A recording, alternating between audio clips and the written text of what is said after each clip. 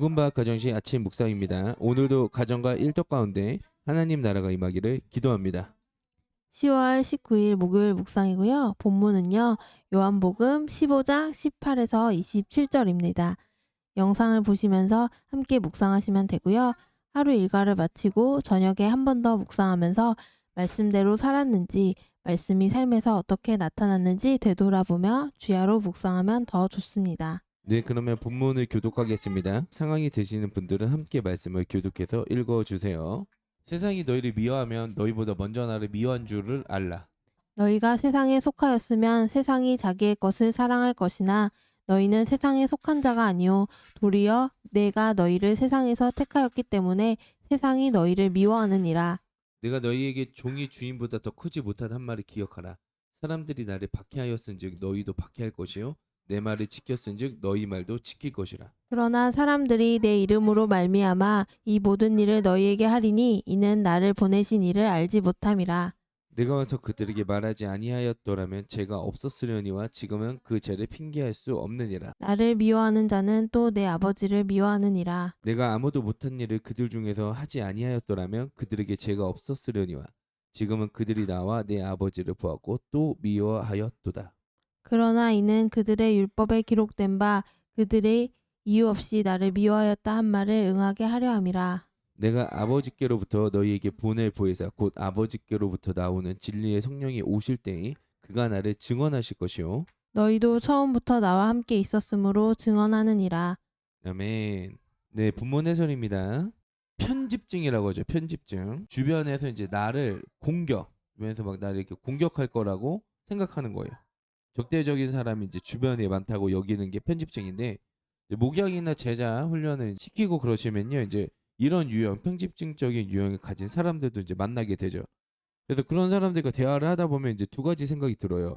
그래서 이제 첫 번째 드는 생각은요, 일단 그 사람이 공격은커녕 이제 관심도 없을 것 같은 거예요.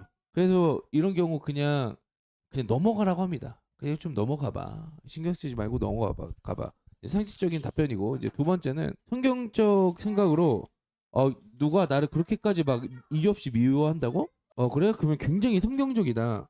힘들지만 기도하면서 더 예수님 닮아가야지 라고 하는 게 어떨까? 이런 생각도 좀 드는 거죠. 이제 이 두 가지 결론 모두 다요. 그 공격에 너무 집중할 필요가 없다는 거예요. 여러분들 이해되세요?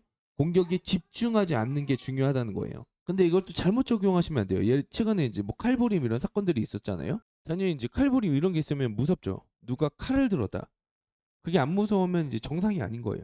무서워야 돼요. 피해야죠. 칼인데. 네, 누가 이렇게 초코파이를 들고 있어요. 이렇게 초코파이를 들고 있는데 무섭다. 이 또한 정상이 아닌 거예요. 초코파이가 왜 무서워요? 자, 그런데 오늘 예수님 발언은 굉장히 편집증적이죠. 세상이 나를 미워한대. 세상이 나를. 하물며 너희도 내 제자니까 미워할 거래. 근데 진짜 그랬어요. 여러분들 생각해 보세요. 예수님이 무슨 총을 들었어요? 칼을 들었어요? 누구를 뭐 죽이기라도 했어요, 예수님이? 반대죠. 칼을 내려놓으라고 했고 돌로 쳐서 죽이려고 했는데 돌도 내려놓으라고 했고 반대로 병자를 고치고 죽은 나사로를 살리고 굳이 아까 이제 이 예시대로라면요 칼이 아니라 예수님은 초코파이를 들고 계신 거예요. 초코파이를 여러분들. 근데 그 예수님을 죽이려 했잖아요. 아니요 그 예수님을 죽였잖아요 여러분들. 예수님만 죽이려 했나요? 나사로까지 죽이려 했어요. 위협이 된다고 우리에게 위협이 된다고 예수님도 죽이고 죽었다 살아난 나사로까지 죽여야 된다고 했어요. 그러면 누가 지금 편집증적으로 상대를 적대적으로 바라보고 있나요? 예수님께서 초코파이 들고 있는데 왜 위협적으로 보냐고요. 사람을 살리는데 왜? 근데 예수님의 또 제자들도요. 그런데 사람들이 이들을 위험하게 여기고 박해했어요. 기독교 역사에서 반대로 기독교가 박해를 한 상황들도 있었지만 대부분의 시간은 박해를 받았습니다. 그리고 지금도 어쩌면 어딘가에서는 또는 참된 예수님의 제자들은요. 세상이 편집증적으로 공격을 하고 있습니다. 저도 이제 사실 이해가 되지 않는 일들이 많아요. 아니 어떻게 이렇게까지 할까? 정말 사탄 들렸네. 그 황정민의 그 말들이 떠오를 때가 많이 있어요. 예수님 때문에 견뎠어요. 또한 성령님께서 처음부터 끝까지 다 알고 보고 증언하시기 때문에 견뎠어요. 예수님을 십자가에 못 박은 건요. 여러분들 로마가 아닙니다. 하나님의 백성이라 불리던 유대인들이 예수님을 죽였습니다. 때로 교회 라고 불리는, 또 우리가 교인이라 생각하고 영적 전우라 불리는 사람들에게 황당한 일, 박해받는 일을 당할 수 있습니다. 괜찮습니다. 또한 축하합니다. 진리를 소유하셨군요. 성령님께서 모든 것을 증언해 주실 겁니다. 묵상 포인트입니다. 예수님의 제자는 세상이 미워합니다. 이유 없는 미움과 박해가 올 때 예수님을 생각해야 합니다. 알 수 없는 고난에 대해서 생각해 봅시다. 둘째, 성령님께서 처음부터 끝까지 보고 있으십니다. 낙심치 말아야 할 것은 하나님께서 모든 것을 보고 알고 있습니다.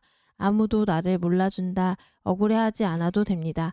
슬피 울어야 할 일들이 있다면 성령님께서 어떻게 증언해 주시는지 생각해 봅시다. 네, 그러면 오늘도 말씀 안에서 어떻게 바로 승리하세요.